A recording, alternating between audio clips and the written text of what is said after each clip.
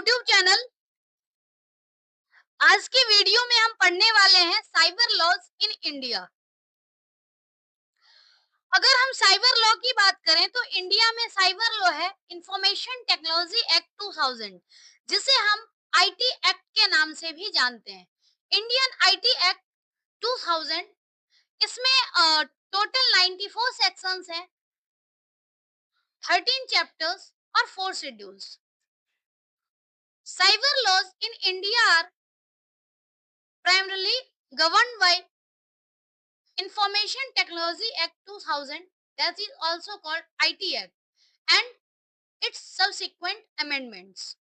Subsequent amendments की अगर हम बात करें तो इस IT Act को 2008 में amendment किया गया था। This comprehensive piece of legislation aims to address various cyber crimes and protect electronic transaction and records.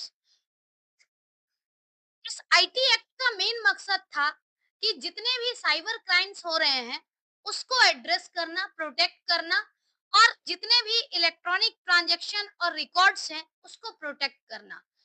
The information technology act 2000 also aims to provide for legal framework so that legal sanctity is accorded to all electronic records and other activities carried out by electronic means।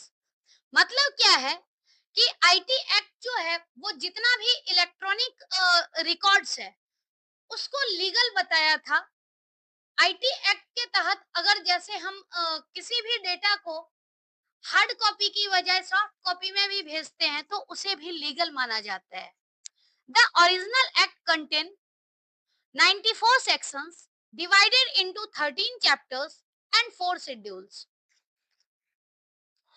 The law states that if a crime involves a computer or network located in India, persons of other nationalities can also be indicted under the law। जैसे अगर किसी Indian के साथ कोई तरह का crime हो रहा है, किसी इंडियन कंप्यूटर के साथ या नेटवर्क के साथ क्राइम हो रहा है, मतलब जो इंडिया में लोकेटेड है, तो उस केस में क्या है कि अदर पर्सन, अदर नेशनैलिटी के पीपल के द्वारा अगर किया जाए इस तरह का कोई भी क्राइम, तो उसका भी जो पनिशमेंट है वो इस प्रोविजन लॉ में डिफाइन किया गया है। तो ये कुछ आईटी एक्ट से रिलेटेड बेसिक इंट्रोडक्शन था। अब अगर हम बात करें की provisions of information technology act 2000, पहला है legal recognition of electronic records and digital signatures। The IT Act grants legal validity to electronic document and signatures, putting them on par with traditional paper-based documents। IT act के तहत जितने भी electronic documents हैं और digital signature हैं उसको validity दी गई, और जैसे पेपर बेस्ड डॉक्यूमेंट की वैलिडिटी होती है सेम तरीके से इलेक्ट्रॉनिक डॉक्यूमेंट की वैलिडिटी दी गई है। Next, data protection and privacy. The Act includes provisions for safeguarding the privacy of individuals and ensuring the security of sensitive personal data. Security of sensitive personal data. However, critics argue that these provisions need strengthening। जैसे क्या है कि अगर हम IT act की बात करें तो इस एक्ट में किसी इंडिविजुअल का या किसी कंपनी का जो पर्सनल डेटा होता है, सेंसिटिव डेटा होता है, उसको सिक्योर करने की बात की गई है। लेकिन हमें दुख के साथ ये कहना पड़ रहा है कि जितनी हमें डेटा प्रोटेक्शन मिलनी चाहिए उतना नहीं हो पा रहा है। हमें इस प्रोविजन को और भी ज्यादा मजबूत बनाने की जरूरत है। नेक्स्ट है cyber crime offences. The IT Act defines various cyber offenses including hacking, data theft, identity theft, spreading online obscenity, cyber terrorism। मतलब जितने भी साइबर क्राइम्स होते हैं, क्रिमिनल ऑफेंस होते हैं जो कि सिस्टम या फिर इंटरनेट के जरिए किया जाता है, ये सब भी इस आईटी एक्ट में इंक्लूड है। नेक्स्ट है penalties on offences. The act outlines punishment for cybercrime offenses including imprisonment and fines। यानी इस आईटी एक्ट के तहत डिफरेंट टाइप के साइबर क्राइम ऑफेंसेस से रिलेटेड क्या क्या पनिशमेंट मिलेंगे वो सब डिफाइन किया गया है, चाहे वो जेल की बात हो या फिर फाइन के रूप में हो। नेक्स्ट है establishment of cyber appellate tribunal. This tribunal was set up to adjudicate dispute arising from the IT Act। मतलब आईटी एक्ट के तहत अगर किसी तरह का डिस्प्यूट होता है तो उसको हैंडल करने का काम है साइबर अपीलेट ट्रिब्यूनल का। The IT Act 2000 has been amended several times to keep pace with the evolving nature of technology and cyber crime। कोई भी चीज जब बनता है तो उसमें अमेंडमेंट की जरूरत कब होती है? अमेंडमेंट की जरूरत तब होती है जब प्रेजेंट सिनेरियो का ध्यान में रखते हुए वो रूल सफिशिएंट नहीं हो पाता है, तो उस केस में अमेंडमेंट की जाती है एग्जिस्टिंग रूल में। तो ऐसे ही आईटी एक्ट में भी अमेंडमेंट हुआ 2008 में। This amendment introduce new offences like cyber terrorism and clarified the liability of intermediaries. Further amendments have been made to address specific issues like data protection, online gaming and social media regulation। मतलब ये सारे जो provision थे वो original IT act में नहीं थे, तो इसीलिए 2008 में आईटी एक्ट का अमेंडमेंट किया गया। नेक्स्ट है information technology in the information technology rule 2021, intermediary guidelines and digital media ethics code. This rule provides guidelines for digital intermediaries, social media platforms, and OTT platforms, including requirements related to content removal, grievance redressal mechanism, and compliance with Indian law।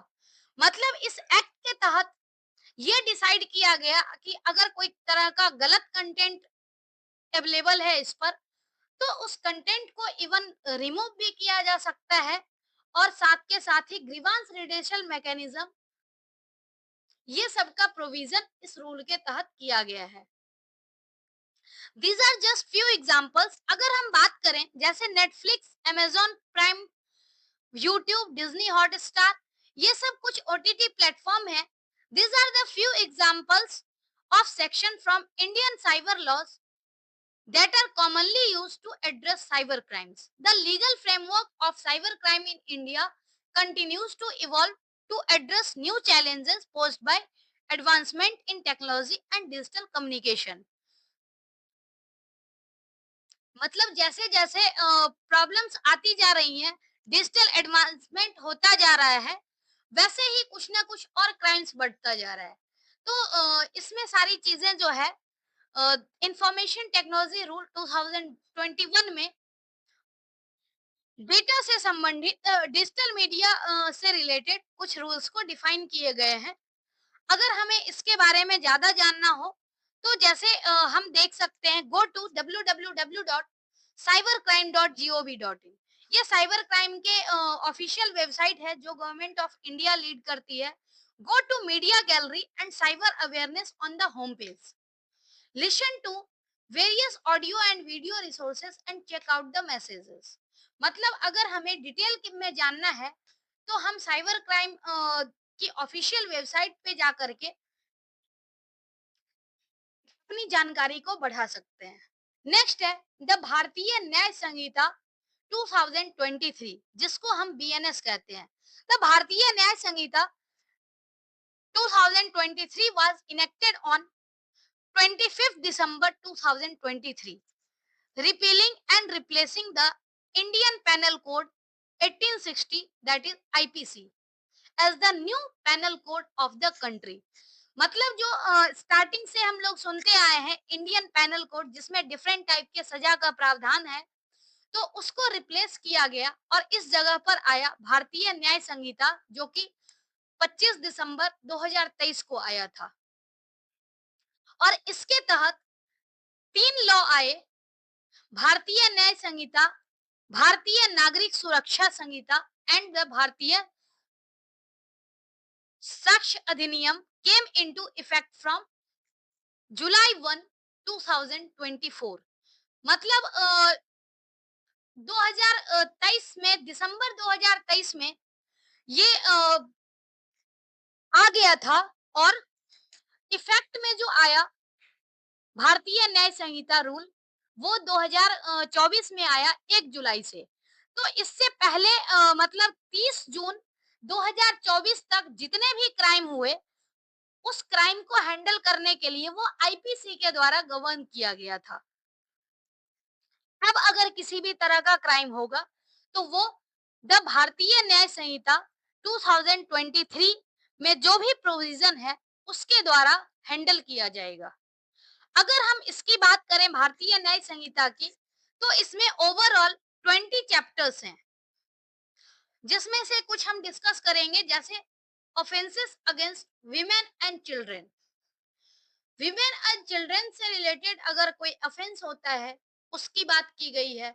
Offences against affecting the human body, offences against the state, offenses relating to the army, navy and air force, offenses relating to elections, offenses relating to coin, currency notes, bank notes and government stamps, offenses affecting to public health, safety, convenience, decency and morals, offenses related to religion, offenses against property,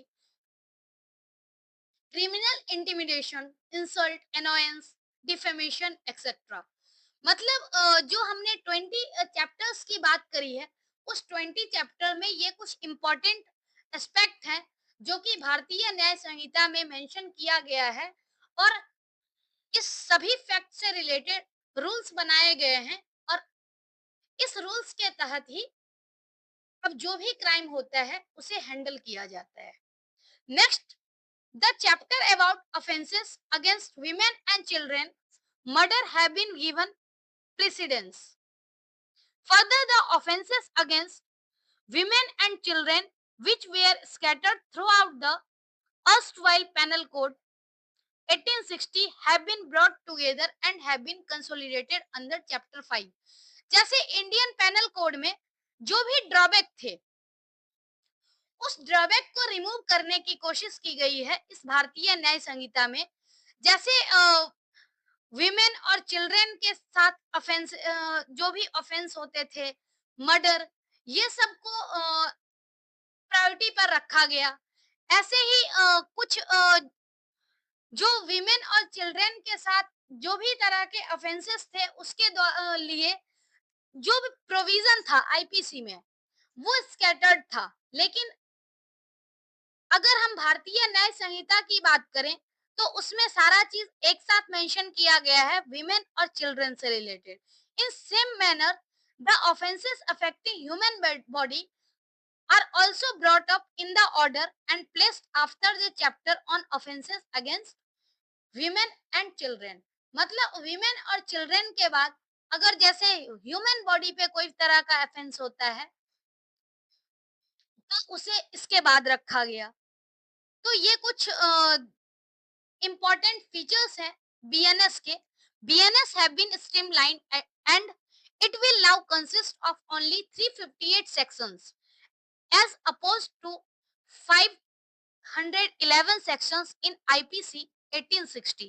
मतलब IPC 1860 में जो है वो 511 sections था, बल्कि जो BNS बनाया गया उसमें टोटल 358 सेक्शंस ही हैं। Fines in the IPC were very low, ranging from Rs 10 to 1000. Similarly, the punishment for various offences also needed rationalization. Hence, the terms of imprisonment for 33 offences have been suitably enhanced. Fines in 83 cases have been increased and mandatory minimum punishment has also been introduced in 23 many offenses. मतलब ये सब जो changes किया गया ये भारतीय न्याय संहिता में चेंज किया गया है। अगर हम इसे टेबल को देखें तो हमें थोड़ा सा कंपैरिजन समझ में आ जाएगा कि इंडियन पेनल कोड में क्या था और भारतीय न्याय संहिता में क्या किया गया। जैसे इसमें टोटल 511 जो थे 511 सेक्शन थे इंडियन पेनल कोड में, भारतीय न्याय संहिता में 358। इसमें अलग से कोई एडिशन डिलीशन मॉडिफिकेशन और ये सब चीज का जिक्र नहीं था। लेकिन अगर हम भारतीय न्याय संहिता की बात करें तो इसमें से जो चेंजेस आए एडिशन जैसे 31 डिलीशन एक समरी के रूप में यहाँ दिया गया है। ऐसे ही community service for 6 offences, minimum punishment for 25th offences, ये सारे मॉडिफिकेशंस हैं। इम्प्रिजनमेंट जो है वो 41 सेक्शन में इम्प्रिजनमेंट जो है वो इंक्रीज किया गया, 82 सेक्शन में पेनल्टी हाइक की गई। तो ये सब भारतीय न्याय संहिता में किया गया है। अब अगर हमें इस सब चीज से रिलेटेड, साइबर लॉ से रिलेटेड डिटेल जानकारी और लेनी हो तो हम ministry of electronics and information technology इसकी ऑफिशियल वेबसाइट से साइबर लॉ एंड रेगुलेशन के बारे में जान सकते हैं। दूसरा, Indian computer emergency response team CERT In, इसके ऑफिशियल वेबसाइट से भी हम साइबर लॉ से संबंधित डिटेल ले सकते हैं। अब ये तो था साइबर लॉ। अगर हमारे पास साइबर लॉ है तो हम कंप्लेन जब तक नहीं करेंगे तब तक साइबर लॉ काम कैसे करेगा। तो उसके लिए अगर किसी भी तरह का क्राइम हमारे साथ होता है तो उसके लिए हमें साइबर क्राइम में कंप्लेन करनी पड़ती है। और कंप्लेन कैसे करते हैं तो उसके बारे में हम जानते हैं। A cyber crime complain can be filed using the national crime reporting portal of India. ये जो आप देख रहे हैं स्क्रीनशॉट, ये गवर्नमेंट ऑफ इंडिया का नेशनल क्राइम रिपोर्टिंग पोर्टल है। This portal is an initiative of government of India to facilitate victims complainants to report cyber crime complaints online. मतलब अगर किसी तरह का कोई क्राइम होता है तो हम ऑनलाइन मोड में साइबर क्राइम को रजिस्टर कर सकते हैं। The website link is www.cybercrime.gov.in, यानी गवर्नमेंट की ऑफिशियल वेबसाइट है ये। और अगर हमारे साथ किसी भी तरह का साइबर क्राइम होता है, चाहे वो विमेन चिल्ड्रन रिलेटेड क्राइम हो, फाइनेंशियल फ्रॉड हो या किसी भी तरह का साइबर क्राइम हो, तो हम साइबर क्राइम रिपोर्टिंग पोर्टल के जरिए अपने साइबर क्राइम को रजिस्टर कर सकते हैं। यहाँ तक कि इसमें यह भी फैसिलिटी है कि हम एक अननोन पर्सन की तरह भी क्राइम को रिपोर्ट कर सकते हैं और 1930 पर साइबर क्राइम रिपोर्ट को कॉल करके भी रिपोर्ट कर सकते हैं। तो ये तरीका है। इस तरीके को अपना करके हम किसी भी तरह के साइबर क्राइम को रिपोर्ट करेंगे। तो आज की वीडियो में हमने पढ़ा है साइबर लॉ से रिलेटेड और कैसे हम साइबर क्राइम की कंप्लेन फाइल करते हैं। तो ये सब हमने डिटेल में पढ़ा और पूरी यूनिट यहाँ पर कवर होती है। इसमें हमने मेनली साइबर सेफ्टी और सिक्योरिटी से रिलेटेड सारी जानकारी हमें मिली। और आज के लिए इतना ही। Thank you so much.